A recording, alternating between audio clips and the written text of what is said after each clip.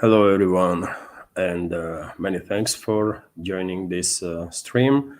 Today is 16th of December. Now it's 11 a.m. in the morning, Moscow time. And, as always, I have prepared quite a number of topics that Russian media public is focused on in regards to major developments in past 24 hours. And hopefully you will find this episode informative, useful, interesting, entertaining,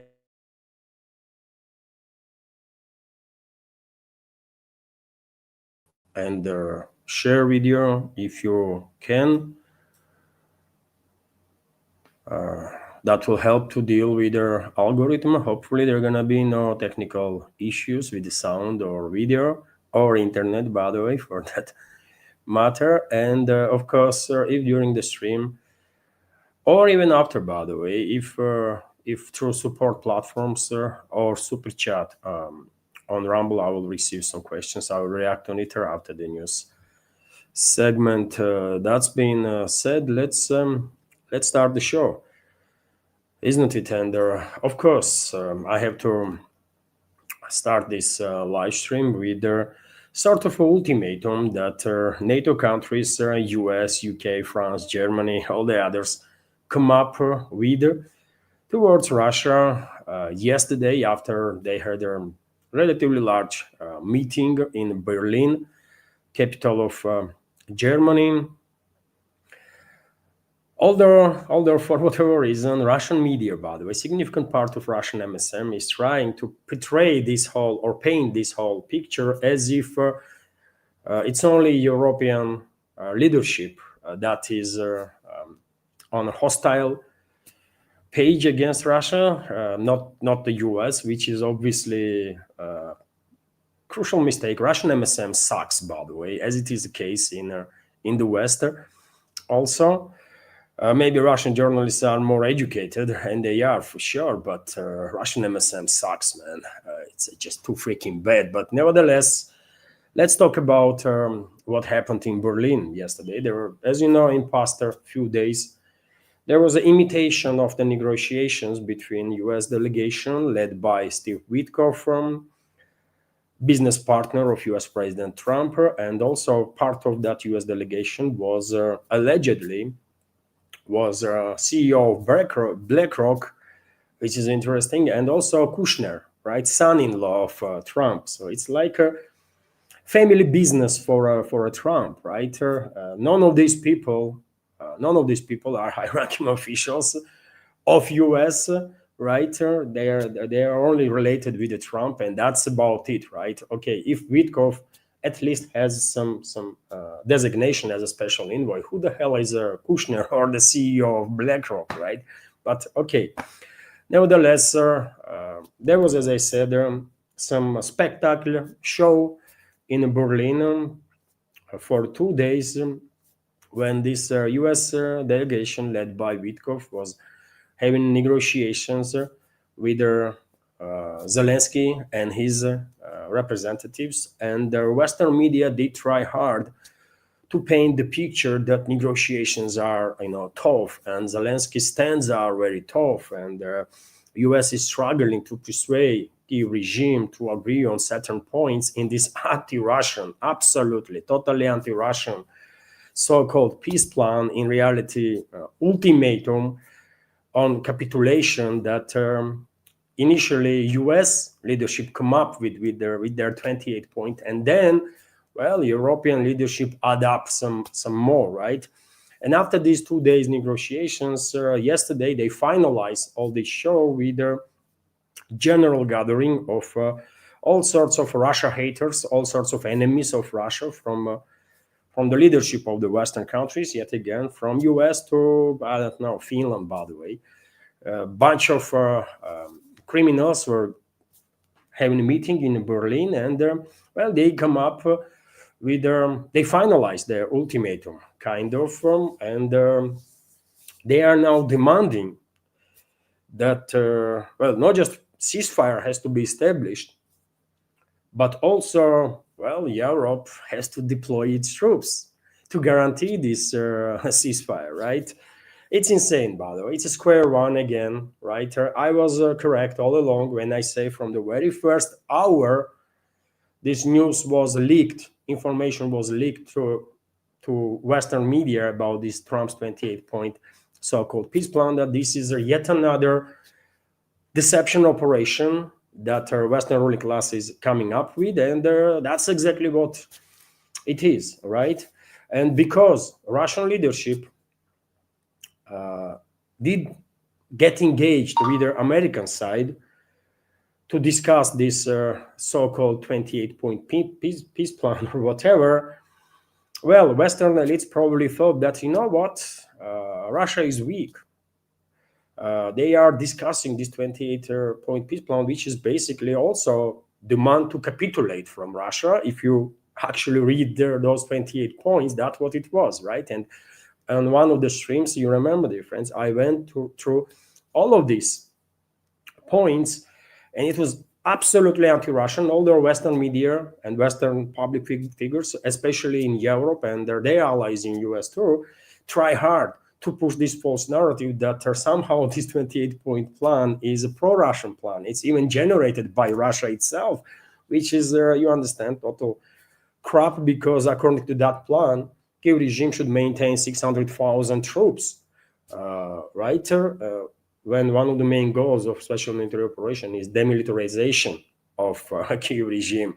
According to that original 28-point Trump's plan, Zaporozhye nuclear power plant should be controlled by US, with US involvement, and their electricity should be shared between Russia and Ukraine 50-50. According to that plan, Russian frozen assets supposed to be used to finance Kiev regime. According to that plan, Russia should withdraw from numerous areas on the line of contact, and there was only talk about Donbass, not a single word about Zaporozhye and Kherson regions. And I can go on and on, right? That 28-point so-called plan was absolutely anti-Russian in every possible sense, but because Moscow was engaged, you remember Witkov, Kushner, they came to Moscow. Russian president had a 5-hour conversation with them a couple of weeks ago, and I said straight away then too that this was a waste of time.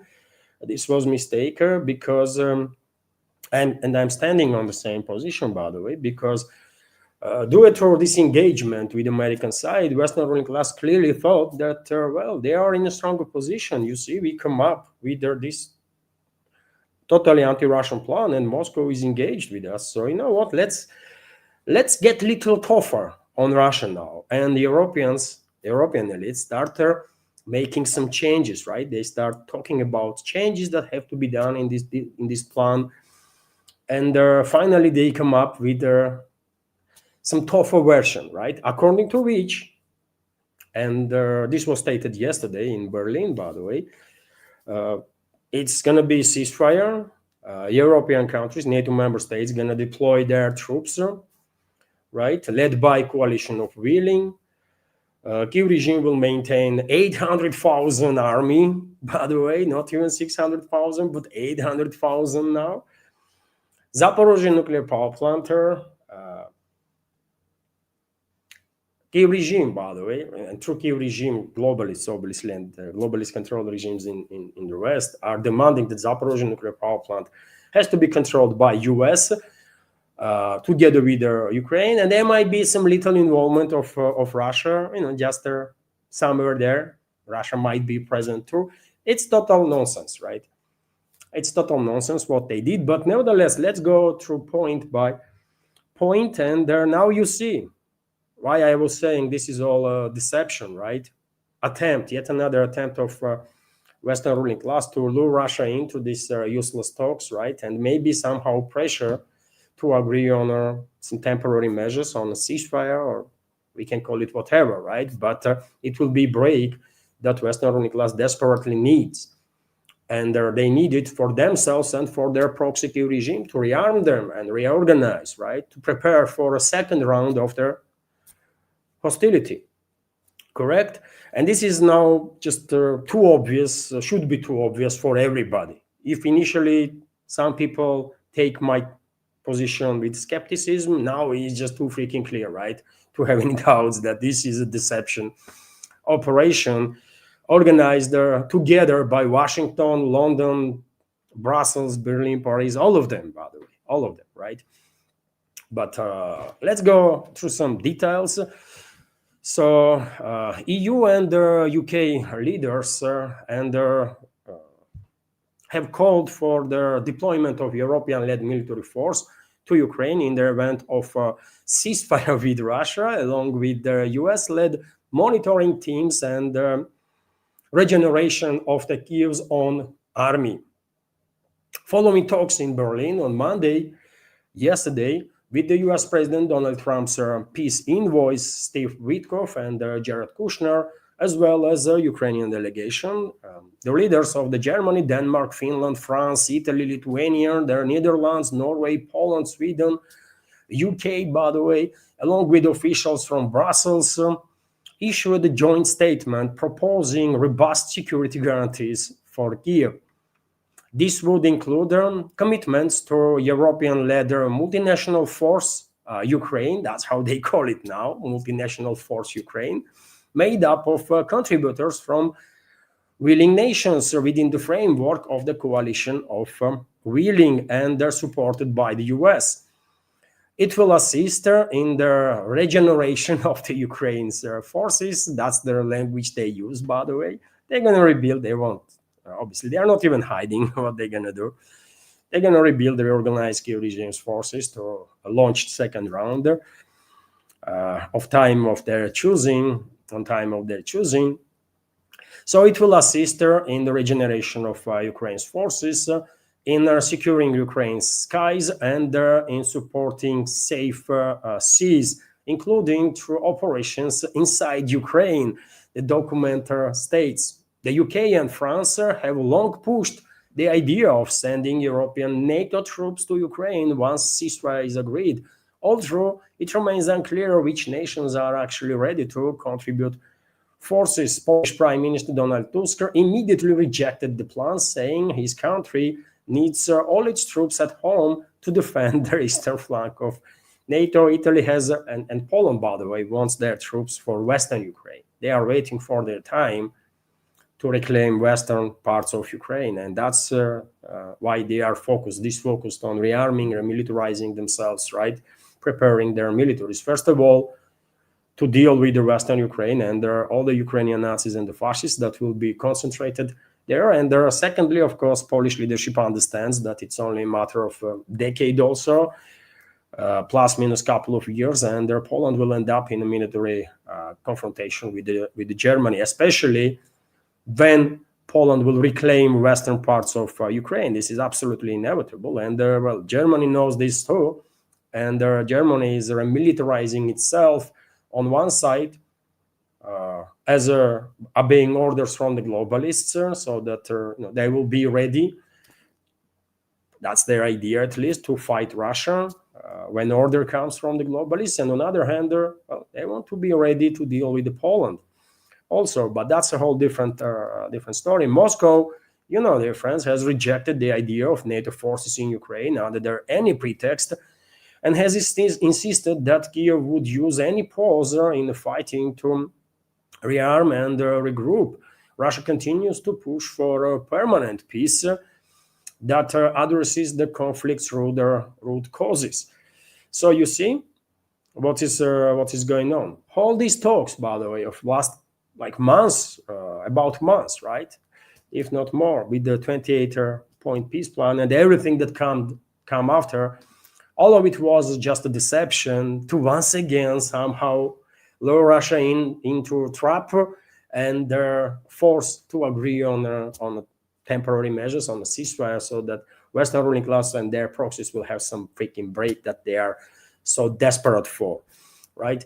And there, as I already said, there are some more points in demands that Western ruling class is making. For example, as I already mentioned, the Kiev regime's forces should maintain their level on 800,000 personnel, 800,000 personnel, by the way, which is insane. None of the European countries have this big army. None of them, right? In NATO, only two countries that actually have this big army, even bigger. It's Turkey and the United States. That's it. In Europe, none of the NATO member states have this large armed forces, and they want the regime to have this force because, yet again, they won't break. They won't rearm or organize their proxy regime in Kiev and then launch second round of this war against Russia. European, another topic, as I already mentioned, also is a European led multinational so-called Force Ukraine, formed within the coalition of willing. Another point, ceasefire monitoring mechanism, US-led oversight with international participation will be implemented to provide early warnings of attacks, record violations, and coordinate responses. And by the way, legally binding security guarantees are also mentioned in these demands from the Western ruling class. And they are saying that any attacker would trigger mandatory military, intelligence, economic, and diplomatic measures. So, well, they are saying that we're going to, first, we need this ceasefire. So Moscow have to agree on that. We're going to rearm, reorganize Kiev regime. And then, if somehow high-intensity clashes starts again, then all these NATO member states will be legally bounded to launch military operations against Russia. And you know perfectly well, as I do, and everyone else who pays any attention, that if for whatever reason Moscow agrees on that, when Western ruling class will decide that they have reached optimal level of rearming, reorganizing Kiev regime's forces, when they will think that they have deployed optimal number of foreign mercenaries too on the Kiev controlled territory, they will provoke confrontation, right? They will find the ways how to provoke confrontations, and at that point, when Russia will have no option but to retaliate, these NATO countries will say, you see, Russia is attacking, so now we have to get involved, and we will end up in a hot phase of World War III, all of us. World War III has already started. It is in a kinetic phase, one might argue, but it's still in a proxy stage yet. But if globalists succeed, we all gonna end up in true full-scale World War III. And so, yes, share your take. What you think about all these developments? Obviously, Moscow will react on these demands. For this particular moment, there are no comments that been made by the Kremlin or Foreign Ministry, but it's early morning, by the way. It's 19 past 11 yet here in Moscow. So I guess during the day we will have some comments from Russian officials, and I'm quite confident that Russia gonna reject all this nonsense that these hostile entities from the West come up with yesterday in Berlin. But we will find out. Obviously, I will share additional information on the matter during the day and in next updates. But to continue this topic, well, you might say that, you know what, maybe it's Europeans only, European elites only that are pushing for this war and pushing their own agenda, but US is standing on other position. US actually wants de-escalation. And on this, I will say that this is just wishful thinking, right? I truly want to see through the escalation, by the way. You know this. We all want to see through the escalation, but we cannot allow ourselves to be misled, isn't it? And yesterday, when European leaders, let's say, were making these demands towards Russia, while they were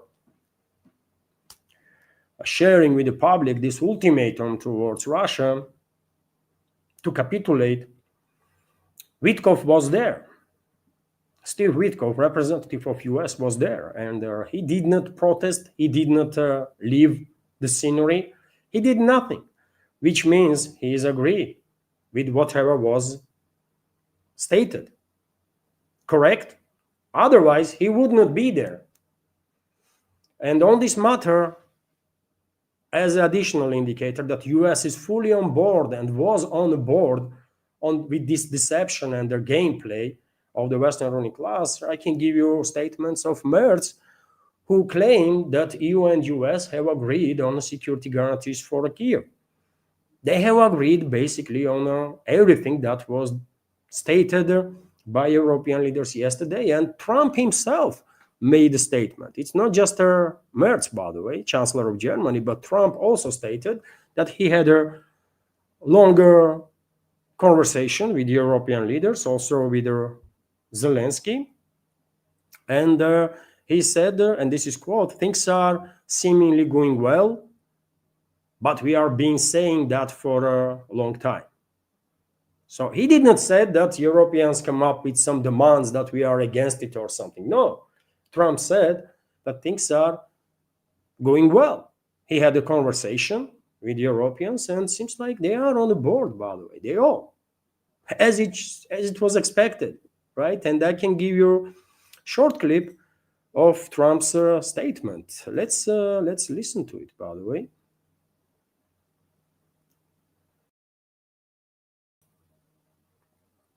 Let's listen to it.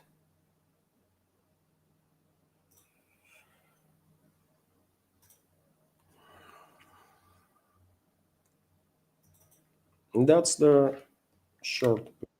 A very good conversation 1 hour ago with the European leaders, many of them involving the war with Russia and Ukraine. We had a long discussion, and things are seemingly going well, but we've been saying that for a long time, and it's a difficult one. We had, as you know, settled 8 wars, and one was having a little problem yesterday, Thailand and Cambodia. We were able to straighten that out. There was some killing going on that shouldn't have happened, and we appreciate them working to get it straightened out, and they have. The security protocols yesterday were amazing, and they have been amazing, having to do with Russia and Ukraine. And I had a long talk with President Zelensky. Also, I spoke with the heads of Germany, Italy, NATO, Finland, France, the United Kingdom, Poland, Norway, Denmark, and the Netherlands. We had very long and very good talks. Okay. StreamYard is not really working properly. I can see that, dear friends. My apologies for some technical issues. Every day there is something different when it comes to technical issues, by the way. Literally every day something is happening. Today StreamYard does things that I never observed on this platform. Just dropped a link to my Rumble channel. Dear friends, I'm streaming on both my channels on YouTube and Rumble, and if you can, please switch to Rumble for duration of this stream. This might be helpful, and also you can use a super chat feature there on Rumble to support my work if you want to, and to donate to their project. There is a super chat already from Blorp. Thank you very much, Blorp, and I will react on your super chat after the new segment, of course. Thank you for your support and attention. And so you hear from Trump, isn't it, dear friends? You hear from Trump himself. He spoke with the European leaders. He spoke with Zelensky, and seems like he's okay with everything that is happening there, with all these statements that we hear from Berlin yesterday, late evening.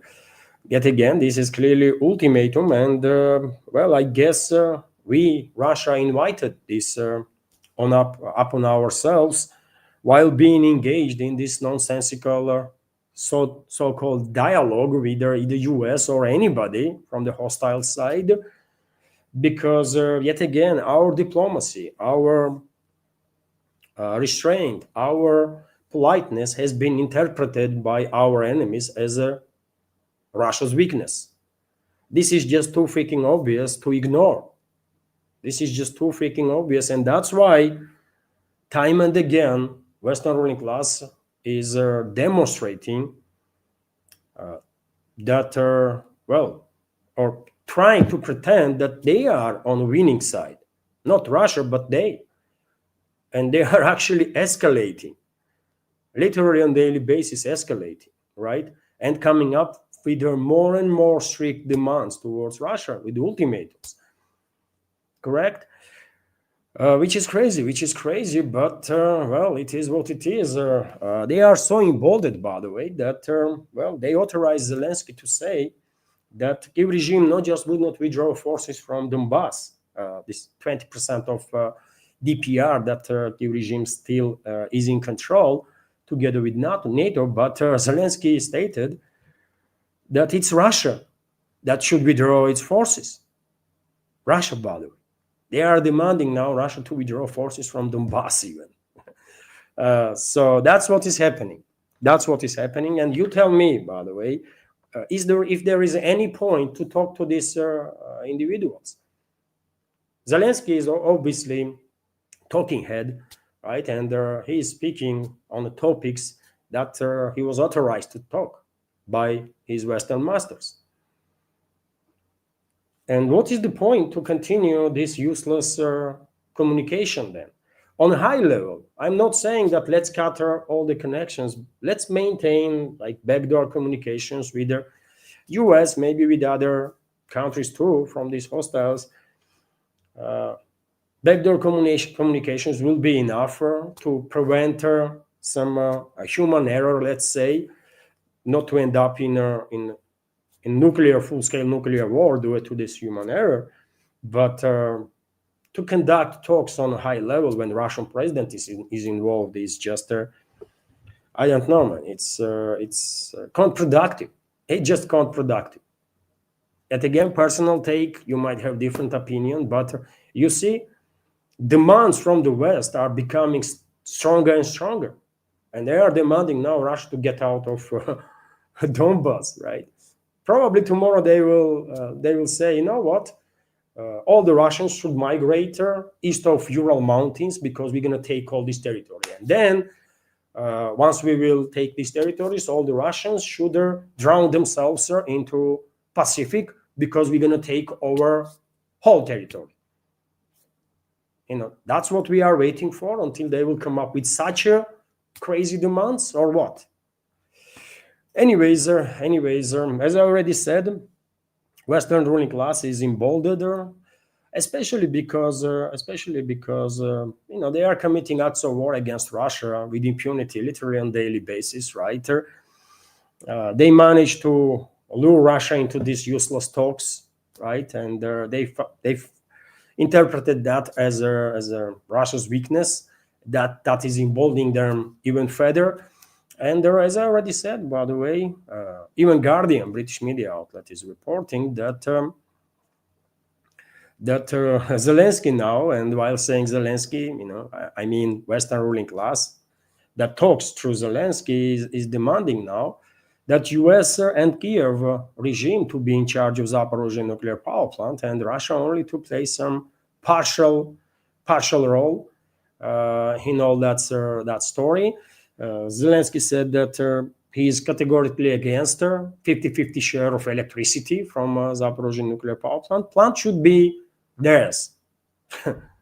That's it, man, right? And it's only a matter of time until they will say that Russia should withdraw troops not just from Donbass, but also from Zaporozhye, Kherson region, and they will demand Russia, eventually they might actually start demanding Russia to get back to borders of 1991.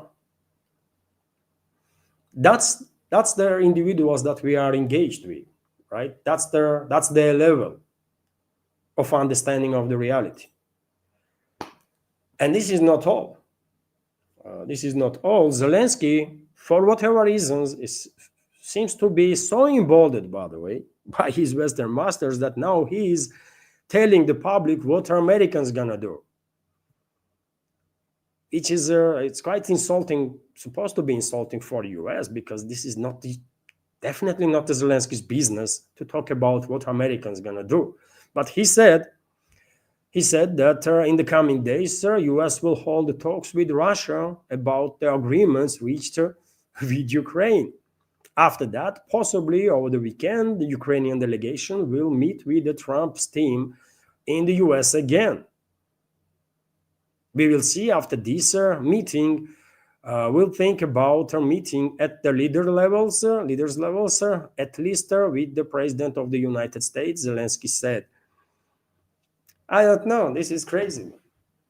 Zelensky will think, I mean, if he will honor Trump and if he will meet with Trump, and he's quite confident that, the US will send delegation to Moscow now, and there will be talks here. And this is crazy. This is crazy, by the way. And I guess Witkoff and Kushner probably will travel to Moscow, and the Russian president will greet them again, and will waste God knows how many hours of his time talking to these individuals, right? Which will yet again be demonstration for the Western ruling class that Russia is weak. That's how they interpret all these developments, right? And they will become even further emboldened. That's it. I don't really have much to say no more about this stuff, man. I don't understand what Russian leadership is doing. I truly don't, man. I want to understand her, but I don't, right? Maybe because I'm too stupid for that. Probably that is the case, but maybe it's not necessarily that. Maybe Russian leadership is mistaken, because after all, they are humans too, by the way, right? And they can be influenced also, as many others. And I have no doubts that there is quite a powerful fifth column in Russia. Fifth column that is working for the West. And I guess this fifth column is doing whatever they can to influence Kremlin's decision making. And I'm afraid they are succeeding in some ways, because I can count quite a number of mistakes, in my personal opinion, that Kremlin did while applying certain policies since the beginning of special military operation, even before that, right? And in some cases, Kremlin itself is acknowledging that, they did some mistakes. Putin himself says that, yes, Minsk 1, Minsk 2 was a mistake, right? He was misled by his Western counterparts. So this is not just me talking, by the way. Russian president himself acknowledged that there were some mistakes made, and I'm afraid these mistakes are piling and we might end up in a dark place, man, if we continue this way. We might end up in a freaking dark place, man. They are laughing at us, and I think it will be embarrassing if Russian president will greet Witkoff and Kushner again, man. I hope he would not. I hope he would not, man. But anyways, who am I to decide or to recommend anything to Russian leadership? They've been elected. Putin was elected by majority of Russian people, so it's up to him what kind of policies to be adopted. But there is quite a confusion, by the way, quite a confusion in regards to many things. That's for sure. And Trump stated yesterday that he had a phone conversation with Putin recently, and I wonder if he was lying again, or there was actually a phone conversation that media did not just media, but administrations of US and Russian president did not report about it. When it comes to Trump, quite often it is difficult to understand what the hell is he talking about, right? But he said that he had a conversation with the Russian president also. I have some doubts about it, but that's what he said. Meanwhile, press spokesman of the Russian president, Dmitry Peskov, once again stated while being asked by journalists that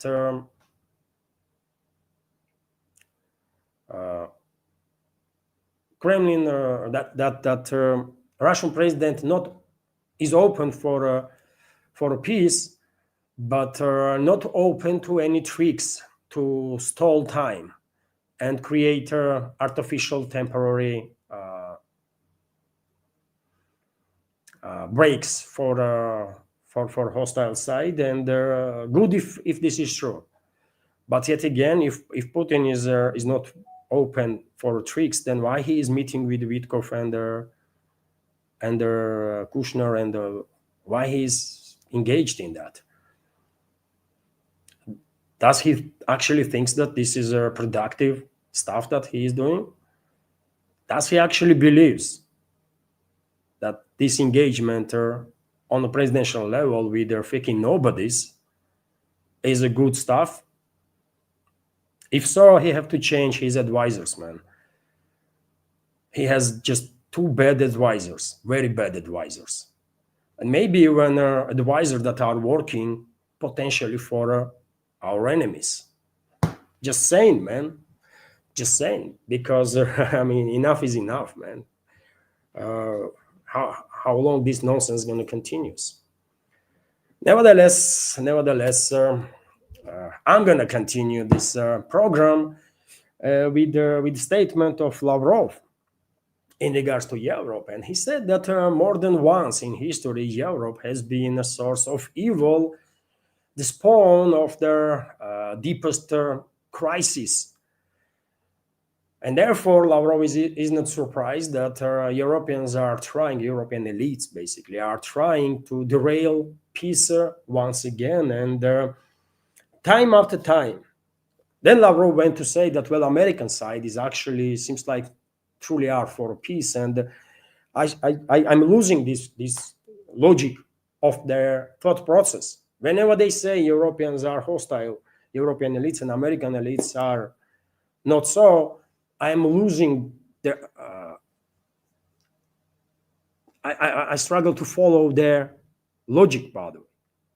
US was, is, and will be leading state in this proxy war against Russia. And how on earth these high-ranking Russian officials are managing to say that US is for peace and European elites are for war? I don't know, man. I don't get it. Even Washington is not denying that the US spent most of money on this war against Russia, and US provided most of weapons and still continues to do so to harm Russia as much as possible. Nothing to be said about Black Ops, right? That was conducted against Russia, including strikes on Russian nuclear triad. So I don't know, man. I don't know what the hell is going on. Maybe you understand better, dear friends. You know, I'm engaged in the I read comments, so write your takes in the comment section. I mean, I'm supposed to be, just too freaking dumb, man, because I don't understand my education, my experience of 3 decades in journalism. My life experience probably means nothing because I struggle to freaking follow logic of these people that are in charge here in Russia. Quite often, not always, but quite often. Especially on this topic, that somehow they are managing to say that US, which is a leading country in this proxy war against Russia, is for peace, but Europeans, and only European elites are for war. What the hell, man? What the hell? Anyways, West come up with their ultimatum, by the way. West come up with their ultimatum, and let's see how Moscow reacts. Let's see how Moscow reacts on this stuff. Of course, I will share my take on that, and I will share news itself also. Anyways, dear friends, there are quite a few news that I also want to report about. For example, past night, special military operation continues, isn't it? Maybe media focus is, or public focus has shifted to this deception operation, towards this deception operation that West has come up again recently, in quite a complex deception operation, but nevertheless, special military operation continues. This proxy war that West is waging against Russia continues, and Russian air defense systems on duty past night intercepted, for example, 83 drones that was launched by Kyiv regime with assistance of NATO. I can give you some specifics on that. So the Russian Ministry of Defense reported that 64 drones were shot down past night. 9 of them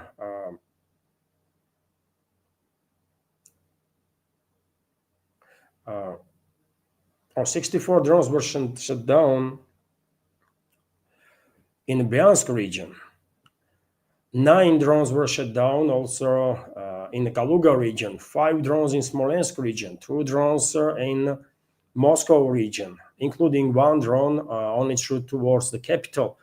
2 more drones were destroyed over the Crimea, and 1 drone was shot down over the Tver region. So vast geography, unfortunately, as it is always the case with these long-range attacks on Russian Federation that NATO is conducting while hiding behind their proxy Kiev regime. And you might find interesting that the Turkish Air Force, Turkish F-16 fighter jet intercepted one of the drones over there, while this drone was approaching Turkish airspace. Information is coming from Turkish side, Turkish Defense Ministry, and they are claiming that one of the drones lost control, and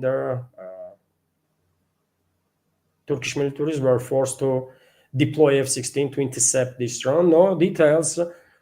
This drone was launched by NATO and their proxy regime, or it was a Russian drone. Most likely it was a NATO drone, by the way. Most likely it was a NATO drone because NATO drones are flying from the west towards the east, and Russian drones from the east towards the west. And the probability that a Russian drone turned around and flew towards southeast is quite little, while probability that it was a NATO drone is much higher. Maybe we will learn some more on that, but well, Turkey is experiencing more and more difficulties, isn't it, with this drone activity in the Black Sea, mainly orchestrated by United Kingdom. And when it comes to anti-Russian operations, anti-Russian activity of the United Kingdom, well, yesterday, video surfaced, by the way, on internet, video that was shared by Kyiv regime's main intelligence directorate, as far as I can tell. And on that video, and I spoke about it in one of my shorts yesterday, on that video you can see explosion in the bay of Novorossiysk, where Russian military vessels were docked, stationed, and Kyiv regime claimed that with their underwater maritime drone, they struck a Russian diesel-electric submarine.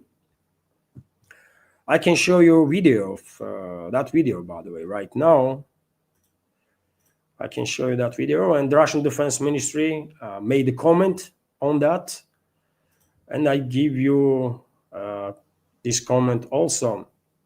So this is the video itself.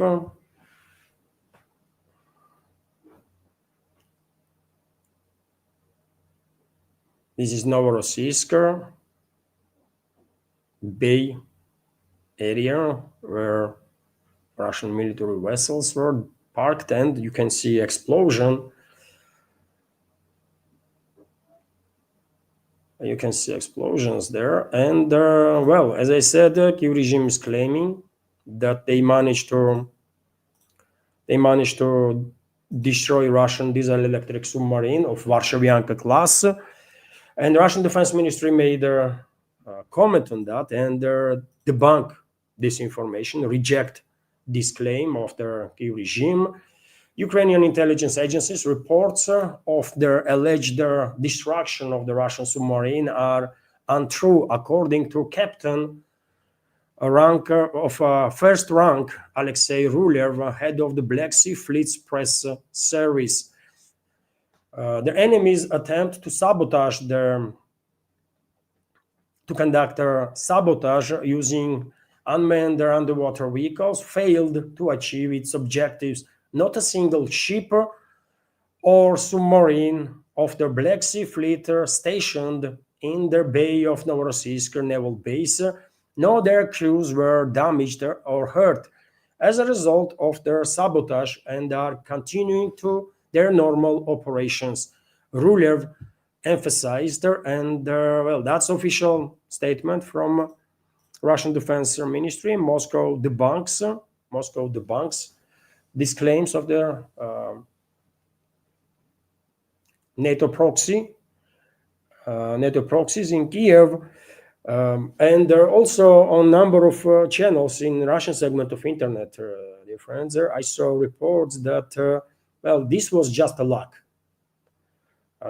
Independent sources confirming that submarine that was targeted suffered minor damage. It's operational, but this is due to luck, not because some protective measures were activated, defensive measures, and they neutralized these underwater drones, but because of the luck. Drone exploded. Drone just missed the submarine. Drone just missed the submarine. That's what happened, right? Explosion was massive, and you can imagine that due to pressure, some minor damage was probably done, but minor damage, nothing of serious substance, right? But yet again, this is due to luck, and obviously certain steps have to be taken to make sure that at least in the bay, in their naval base, these vessels are safe and secure. By the way, at open sea, anything can happen, obviously, but at least in base, there have to be some security nets on entrance to the base. There have to be some stuff, man. I'm not military, even I do freaking understand this, right? This is not something revolutionary. Even during the First World War, I believe, and Second World War, these safety nets were deployed on naval bases to make sure that torpedoes and whatever underwater stuff might try to reach their vessels not gonna go through. It's not that freaking difficult, and it's a 21st century. Probably some additional technologies can be deployed. Anyways, probably you have heard these reports about Russian submarine in the Western media. Probably Western media claims that submarine was destroyed, but in reality not. Although this is due to luck, and hopefully some steps will be taken by Russian military leadership to make sure that this kind of stuff will never ever happens again, right? And on the topic of this attack on Russian naval base, we all understand that this is British militaries, isn't it? This is British militaries. This operation was done by British militaries and British intelligence services.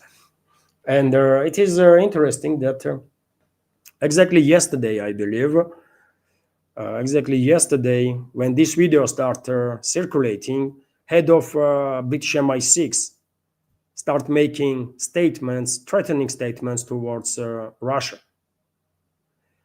So, maybe because they are thinking that they are getting closer and closer to cross some red lines that Moscow will no longer tolerate.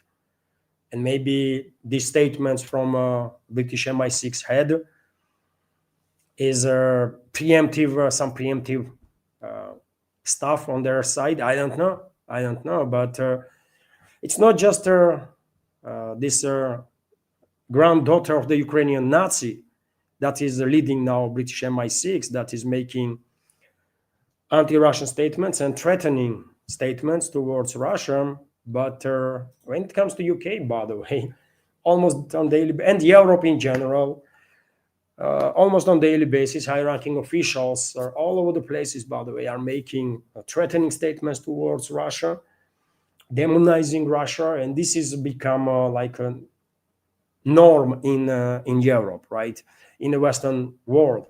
And for example, you might not believe, but British armed, and head of chief of their air staff of the British Armed Forces, Air Chief Marshal Richard Nathan, stated that sons and daughters of the United Kingdom must be ready to fight against Russia. I mean, they cannot go any more clear than that. They are telling their people, their citizens, that they have to prepare to go to war against Russia. They are making these claims based on a false narrative that Russians gonna attack, Russians gonna come, but we all understand what is going on, isn't it? We all understand what is going on. UK is already engaged in a war against Russia, and big time. And it is a shame that Russia did not retaliate. For now, at least. It is a shame, by the way, that Russia did not yet retaliate on UK and did not demilitarize this terrorist so-called kingdom. And it is a terrorist kingdom, by the way. Let's make no mistake about it. Whole history of Britain is a crime on crime on crime, crimes against humanity, right? And I think you know what, I'm gonna leave it there. But it is a shame that we did not retaliate on UK for now, did not denuclearize this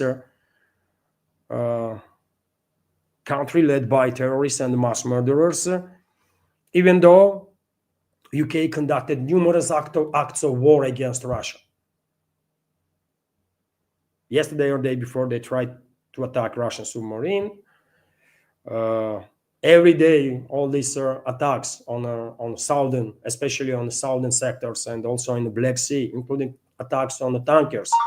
All of it is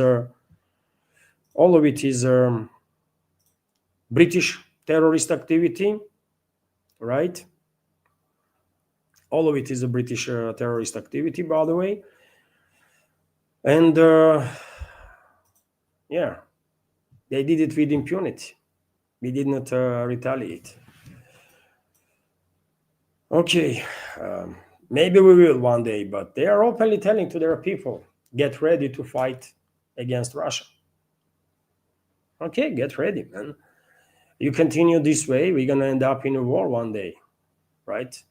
And Putin not gonna be Russian president forever, man. At this point, only my hope is that, well, as long as Putin is in power, probably we will tolerate anything and everything. I lost my hope that we will ever retaliate on our enemies. But Putin not going to stay in power forever. He's not going to be Russian president forever, right? Day comes when there will be elections and someone else becomes Russian president, and hopefully that someone else will act a bit differently. And will make sure that any country that dares to attack Russia will regret it immediately and forever. Until Putin is in power, probably we will never ever retaliate on most dangerous enemies of ours, which is Western ruling class and their areas they controlled, right? Also, Russian armed forces liberated their Pishana settlement in Dnipropetrovsk region. I spoke about it in my shorts. Also, dear friends, I can show you on the map actually where this Pishana is located. So this is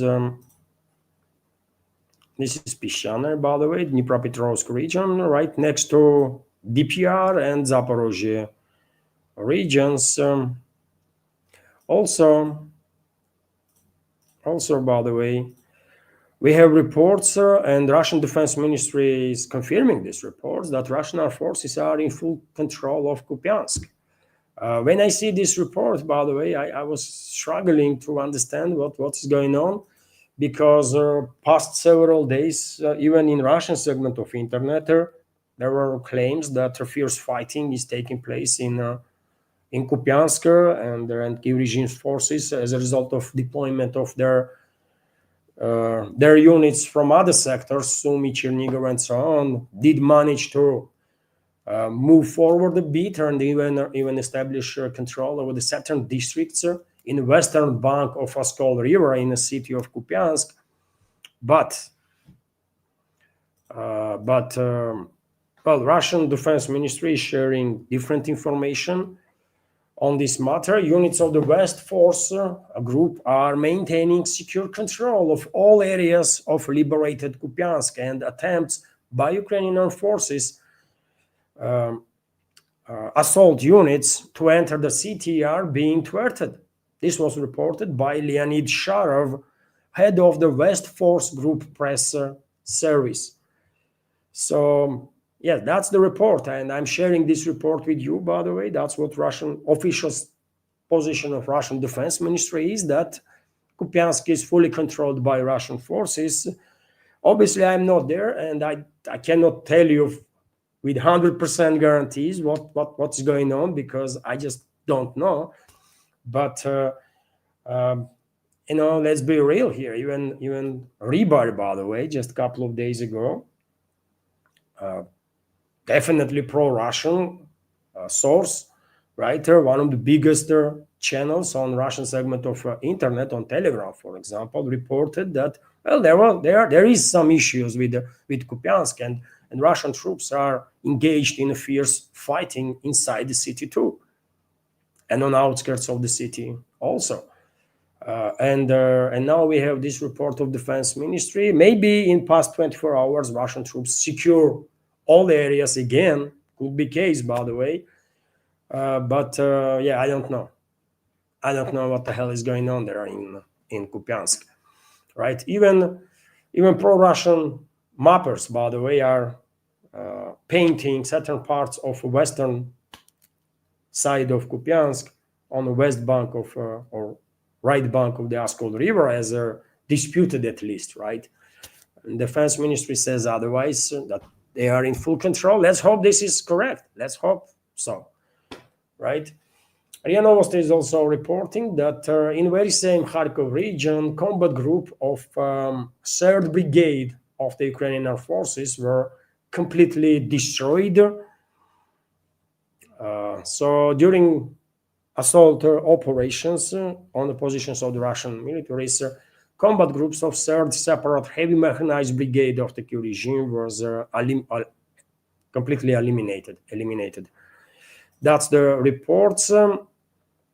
And there are a few more news, dear friends, a few more news. I was hoping that this live stream will be as short as yesterday's one, but it's a little longer, actually.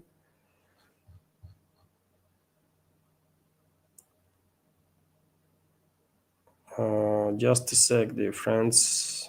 Just a sec.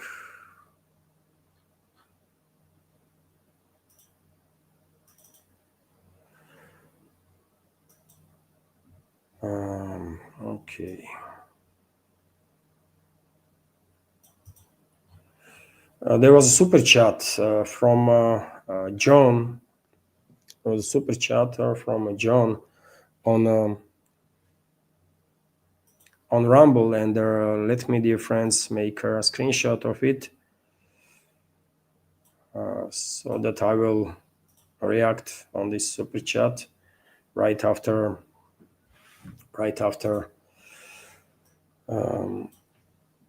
news segment. And let me drop again in the chat on YouTube a link to my Rumble. In case you have an account on Rumble, please subscribe, and whenever you can, watch my live streams there on Rumble. Will be helpful for sure. And yes, couple of more news, dear friends, and that's about it for today's first live stream, first news update, and I'm gonna share with you a video now. Interesting video, by the way, because Trump designated fentanyl as a weapon of mass destruction, which is um, which is quite interesting. Which is quite interesting. What is next? Trump gonna designate as a weapon of mass destruction electric vehicles that are trying to drown people in US, for example, or cars in general, because very many people are dying in a car incidents. Maybe Trump will designate alcohol also as a weapon of mass destruction. Um, I don't know. Let's listen to this.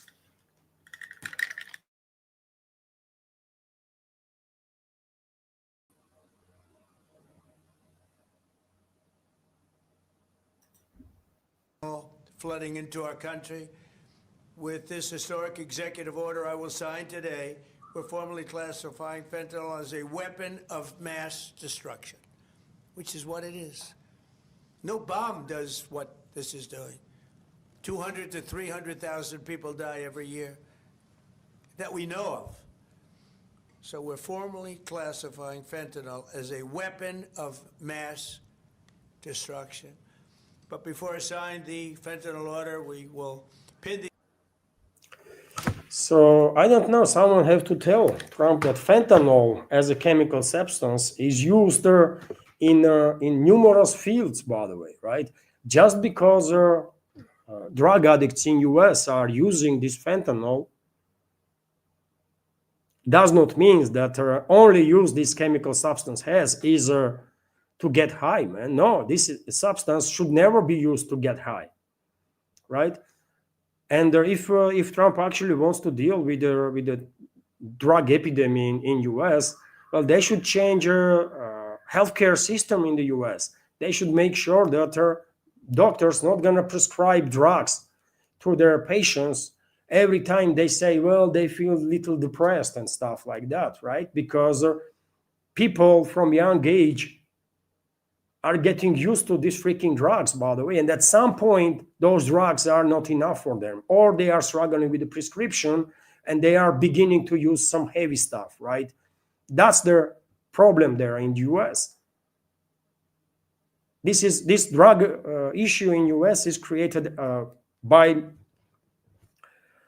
officials themselves, right? Artificially, they created this issue for the US.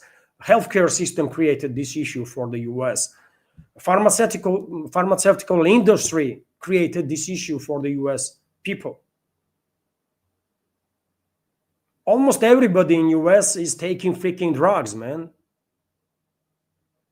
Antidepressants and this and that. What the hell, man? How you can do this? Life is hard. And sometimes we feel miserable. Sometimes we feel happy. But whenever we don't feel good, we don't take freaking drugs, man. You can call it antidepressant or whatever, but it's a freaking drug, man. You should not do this. But in the US, this is a multi-billion industry, isn't it? And from young age, people being told, you know what, take these freaking drugs, man, and you will get better. And they come up with all sorts of this terminologies, right? Oh, you have to be sensible, and this person is what the word that they constantly use? Experiencing what the word? Can you tell me? Not exhaustion, but whatever, man. So I mean, they are starting from a wrong foot, man. If they actually want to fight drugs, obviously they have to go to the root causes of the issue, because fentanyl is a consequence, right? Those drug addicts are using fentanyl because they can get their hands on, probably easier than on other drugs, right? But fentanyl is not used to make people high. Fentanyl is used in numerous fields, right? Not just medical fields. And fentanyl dust has used in that field too, but there are many other fields, right? It's insane, man. It's insane, right? U.S. in U.S. some tremendous scale of social engineering stuff was done on the people, man. Unbelievable, what is going on there, right? How can I forget?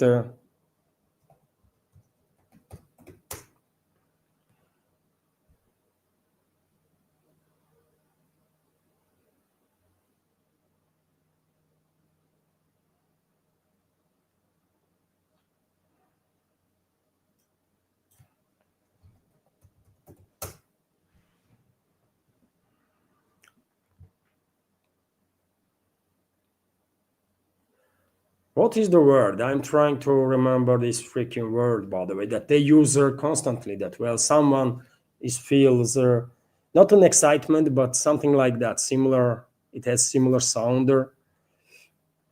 Um,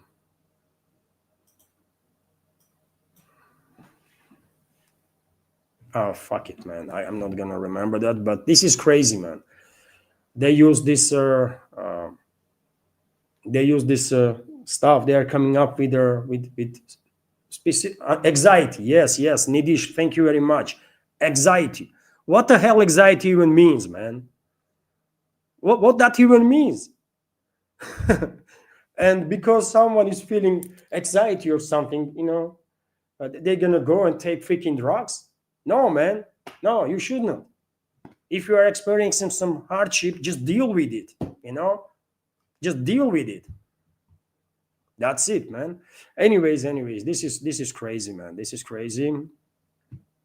This is crazy. What is going on? But we here in post-Soviet era, we are living in anxiety, by the way, right? This is our normal state. And we don't go to no freaking psychologists, and we don't take no freaking drugs. When we are facing some issues, we are just freaking dealing with it, right? And I have seen comments, anxiety is like despair, helplessness. You know what? I'm telling you, man, we know what hardship is. And we don't take no freaking drugs. And we don't talk about it with their psychiatrists. We do stuff, right? We just deal with the situation. Because we have purpose in our lives, right? We have to serve our families. We have no time for freaking anxiety, for ourselves, basically, right? We cannot be weak, right? Anyways, I mean, we are different, by the way. We are different people, obviously. We have different mentality. Let's say this way. By the way, I had to take my family out of Georgia when country was controlled by this Western proxy regime of Saakashvili, right? I had some issue with the regime, and we went through quite a hardship, by the way. I'm not even talking about 90s when I was kid. That was something extraordinary, of course. But even in relatively recent past, I had to take my family out of Georgia in 2009, and I was stateless person for like 10, 11 years before I received Russian citizenship. And we had to deal with a lot of problems, by the way. We did not talk not a single penny as refugees from Russian Federation, right? Not a single penny, by the way. And there was times we did not have the freaking money to buy bread. And we were, and too bad, it's painful to even remember that stuff. But yes, we did not have the money to buy bread, but we did not ask state for assistance anyways, right? And we deal with the situation. Relatives help us. I was trying to find work anywhere, right? And somehow we managed to deal with the stuff without going crazy, man. Right? That's how we do. We face issues, we deal with it. We don't take no freaking drugs, man. And if you want to relax, chill a little bit, take a couple of beers, by the way. little more if you want to. That's fine, right? Yeah, Trump designated fentanyl as a weapon of mass destruction, which is crazy. From legislative state point of view, how they gonna proceed this decision, how world gonna react on it, I don't know, man. There are quite a number of countries that are producing fentanyl and selling worldwide, right? For different fields. And those countries going to be designated now as a countries that are selling like weapons of mass destruction, or this is just wrong, man. And also, dear friends, U.S. media outlets are reporting that U.S. militaries struck another 3 vessels allegedly carrying drugs in international waters in the Pacific Ocean. This time in Pacific Ocean, not in Atlantic or Caribbean. And also reports are coming in that, yes, U.S. militaries are preparing for ground attacks in Venezuela, against Venezuela. So, we all are monitoring the situation, and we all understand that most likely it's a matter of time, and U.S. will launch attack on Venezuela, and if they succeed there, probably they will then shift their focus on Cuba and God knows which other country. Anyways, dear friends, this is it for now. This is it for now. Hopefully you did find new segment informative and useful, and if so, like the video if you can. And also I have to highlight, almost forget, dear friends, that I have to highlight, of course, I have to highlight super chat on Rumble, and this is a super chat from Blorp. Thank you very much, Blorp, for your support and attention, for your super chat and their $5 donation on Rumble. And Blorp is commenting: the city of London is literally an independent, unincorporated island nation that lies in the heart of London proper. Well, city of London is actually, yes, it's governed even not by mayor of London, but by a local mayor, right? The city of London has its own administration, and it's kind of separate entity inside the London. It's like Vatican inside Rome, and Vatican being, of course, leadership of Catholic Christians, right? City of London is plays somewhat similar role in a financial terms, right? In financial terms, it's even though UK is declining big time, City of London is still maintains its influence worldwide, and that's why I said, by the way, when we're talking about globalists, we should understand that British rule is main force, driving force behind the globalists are European aristocracies. First of all, European aristocracies that generational ones, obviously, including royal families, that lost control, physical control, right, by troops over their overseas territories, right? And there are many European states were empires, not just Britain was an empire, but many others. So what they did is they transformed, right? When they realized, those aristocracies, that they're not going to be able to maintain physical direct control, they just changed, right? They start deploying other means of control, and their financial control through financial institutions is one of the ways they do it. And because British Empire was most powerful at the time, and biggest empire ever existed in this world, well, the city of London to nowadays maintains this leading position in terms of controlling financial institutions and through financial institutions entire nations, right? So globalists main driving force behind the globalists are aristocracies and the clans that were servicing these aristocracies through centuries, right? And they were in charge 200 years ago, and they are in charge now too, by the way.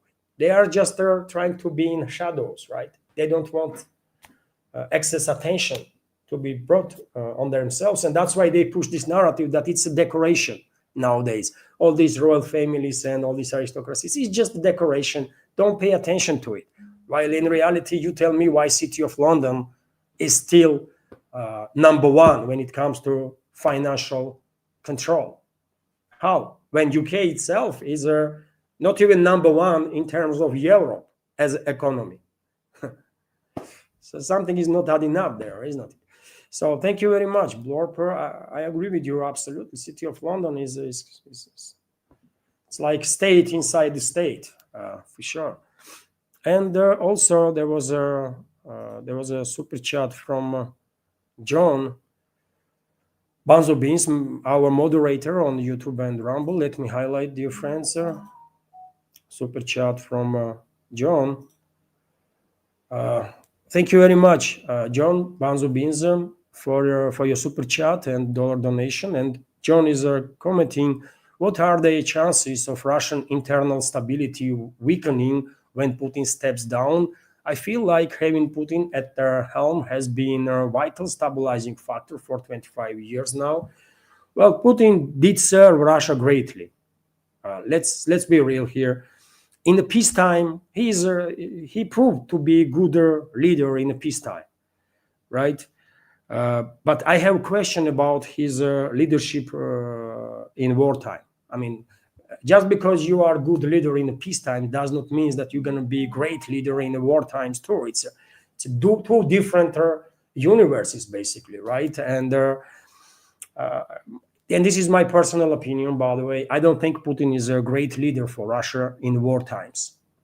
He is just his mindset is not there. Wartime needs different mindset people, because during the wartime you have to make decisions that you're not gonna like, right? And Putin demonstrated, even though in the West, by the way, Western media, Western politicians for decades are trying to demonize Putin, in reality he is quite a soft leader, by the way, right? He's a quite soft leader. He always tries to, every step, every decision that governments makes or Kremlin to be allied with the law, right? On one hand, he's a tough leader, yes, but on the other hand, he was more focused on institutions, to build up institutions and stuff, right? And he was a great leader for peacetime. I'm telling you, by the way, I mean, if anyone says otherwise, that someone is just not honest. You might be supporter of Putin or not, you might like him or not, but he was a great leader for Russia during the peace times. Take a look at where Russia was 25 years ago, by the way, and where Russia is right now.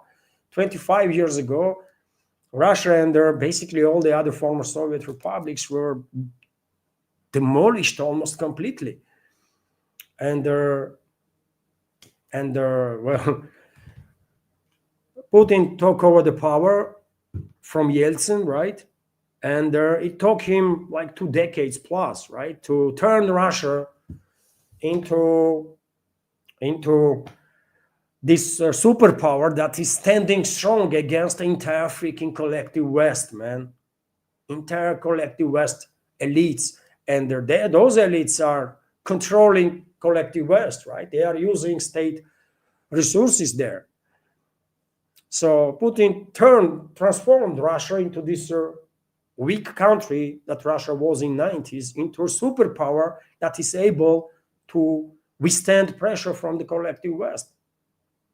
And that's what Russia demonstrates literally on a daily basis, right? So Putin is a great leader, and he's going to go down in history as a great leader of Russia, undoubtedly, right? But in my personal opinion, he was a great leader for Russia in the peace times, and I don't think he is as great leader for Russia during the war times. My personal opinion, by the way. Um, but yeah, that's what I think. During the war times, you need a brutal leader, by the way, absolutely brutal leader that would not give a damn about many things, right? Because it's a war, man. You have to win by any means necessary, and Putin is clearly not willing to go that far, right? Uh, Clearly, by the way. So he's a good human being. He's a good human being, by the way. Seems like better than me, right? Because if I was Russian president, this world would look very differently now. If I was Russian president, right? And I'm quite sure many people here in Russia will agree with me that when we are engaged in a war, by the way, we have to do stuff that we might don't like, but just have to do it. We have to win this war, man. We cannot allow ourselves to lose it. And therefore, some brutal stuff needs to be done. And Putin is just not willing to do it. And his heart is not there, right? He's just too good. He's just too good human being, right? It might sound strange, but I think he is much better human being, much tolerant, much more kind, right, than I am personally. Because I'm not that kind, man, to be able to tolerate stuff that Putin is tolerating, right? I'm not saying I'm evil, but you know,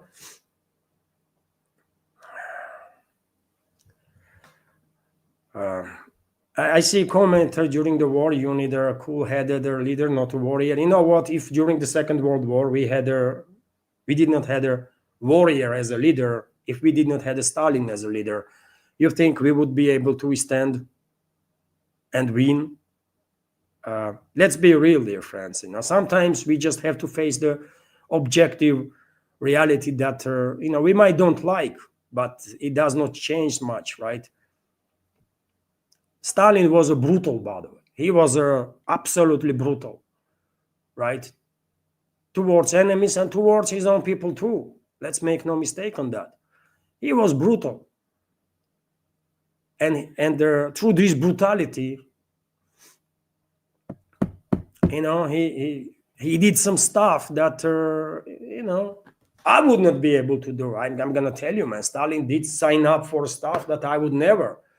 Right, so he was much tougher than I am in this regard. But yes, during the war, you need warrior leader. You don't need politician.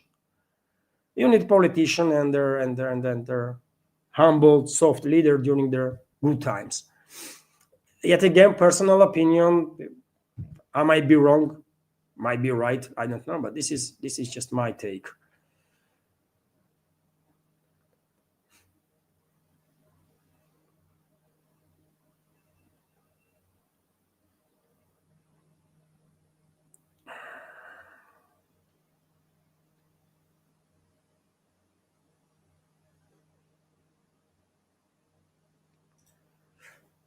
Interesting comment. Dear friends, we have a community chat. We're going to have a community chat on Sundays, Saturdays, right?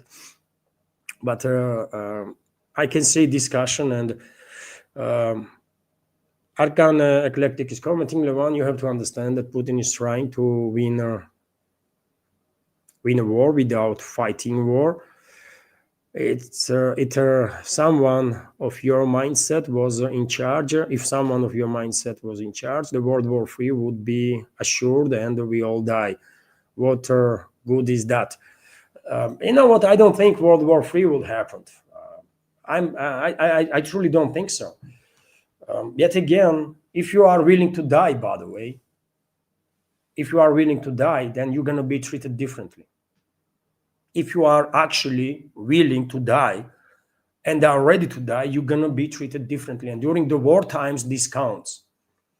So if in the beginning of special military operation, Russia deployed their 2-3 tactical nuclear weapons, and in some forestry areas, by the way, I'm not saying that those nukes to be dropped on some even military bases. No, just in some forestry areas. And there is a massive forestry areas all over their geo-controlled territory. As a warning to their NATO, do not dare to send even a single bullet. Do not interfere, or next one's gonna fly towards you. I think that would be enough message to deter NATO.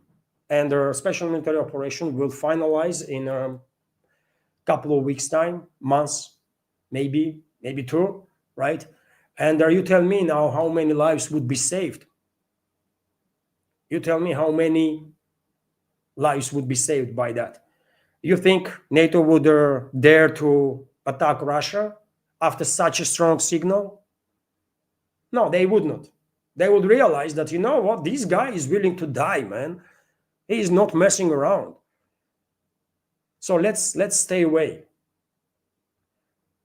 But because we did not did this stuff, NATO get engaged more and more and more. They start from bullets, and they call it, defensive weapons, this and that, and eventually they escalate until deploying tanks, aircraft. They start attacking Russian nuclear triad even, So I don't know, man. I think we might end up in a third world war exactly because we did not demonstrate our willingness or our readiness to die.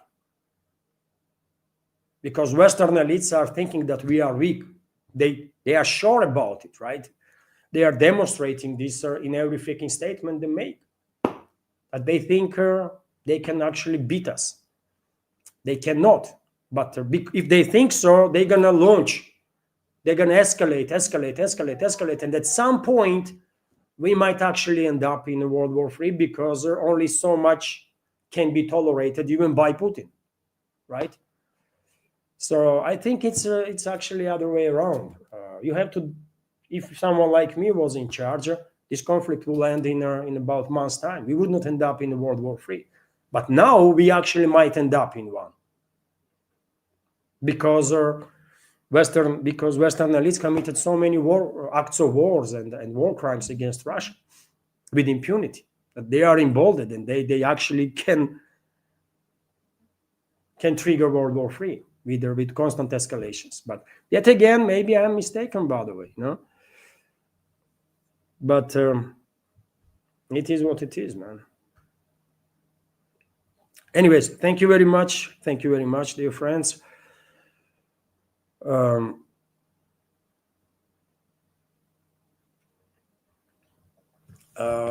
Thank you very much. Please click that like button. Let me once again check, dear friends. Oh, there was a super chat on Rumble right now, dear friends. Let me react on this super chat also.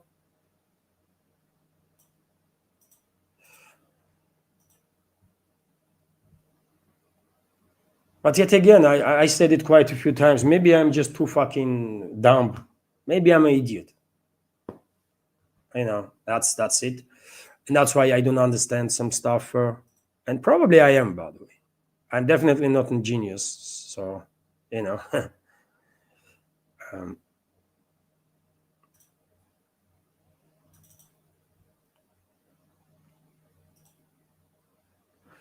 thank you very much, Banzo Beans, John, for another super chat on Rumble and the dollar donation. And a comment from John is a question from Atomic Boy. I guess I missed the question. Does Russia have equivalent to AIPAC, National Israeli Lobby Group? Well, that's a good question. No, we don't.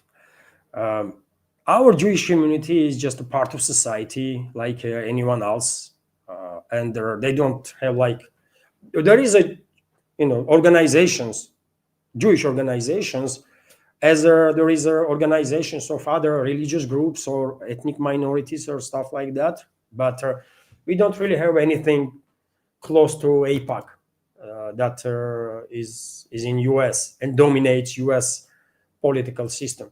No, nothing like that here in Russia. Although, by the way, among Russian elites, financial, political elites, especially financial business elites, there is quite a number of Jewish people, and good for them, man. I mean, they are clever, man. You I don't know what your take is, but we should admire this willingness of Jewish people, which is a part of Jewish culture, I guess, to study, man, to pay very big attention to education, right, and hard work, by the way, and they do it, and they are achieving success, by the way, in many fields, right? Not necessarily just in the business. Take a look at the scientists. How many great scientists are there out there, right? That are Jews. This is because of the work ethics in many cases. So they are very successful Jewish people here in Russia. I guess very influential. Probably they have a certain influence on political processes too, as any other group does, right? As any other group does. But we don't have anything close to APAC, by the way. And thanks God, we don't hate no Jews, no Muslims, nobody. We just don't hate people. Period, right? You know how critical I am of Israeli regime, but that's the regime, right? And we should always separate regime and actions of the regime and their group. There can be no collective punishment for anything, really, right? So thank you very much. Thank you very much, John and Atomic Boy, for your question. And there is nothing close to APAC here in Russia. Although Jewish people do have their organizations, communities, right? Obviously, but that's about it, really. They have everyone is free to have influence, by the way, and all the groups, all the minorities, religious or ethnic, trying to have a better position in terms of influencing, obviously, right? So that's about it. Let me check Boosty, dear friends. So there was no question from Boosty, and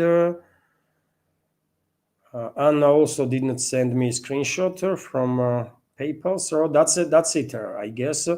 I was hoping for a half an hour stream, and it's 1.5 hours. But hopefully you did like it, dear friends. Hopefully you did like the program, and if so, please click that like button, leave some commentary, and if you want to help me maintain this project, you can support her, you can donate to the project, you can subscribe to my Patreon page on Boosty. All the links are on this video in the description box and will be in the pinned comment on YouTube.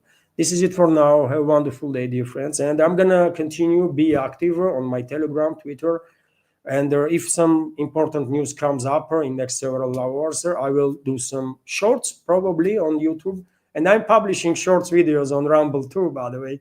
Rumble members probably notice this, and later on today I do want to make extra content for our Patreon and Boosty community. Hopefully I will manage to do it.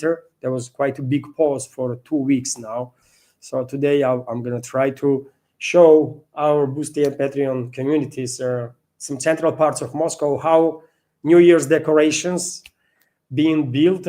I have not been in the central Moscow for all this time, by the way, all these 2 weeks, and I myself interested how it's done there. So this is it for now. Have a wonderful day, dear friends, and take care. Thank you for your attention and support.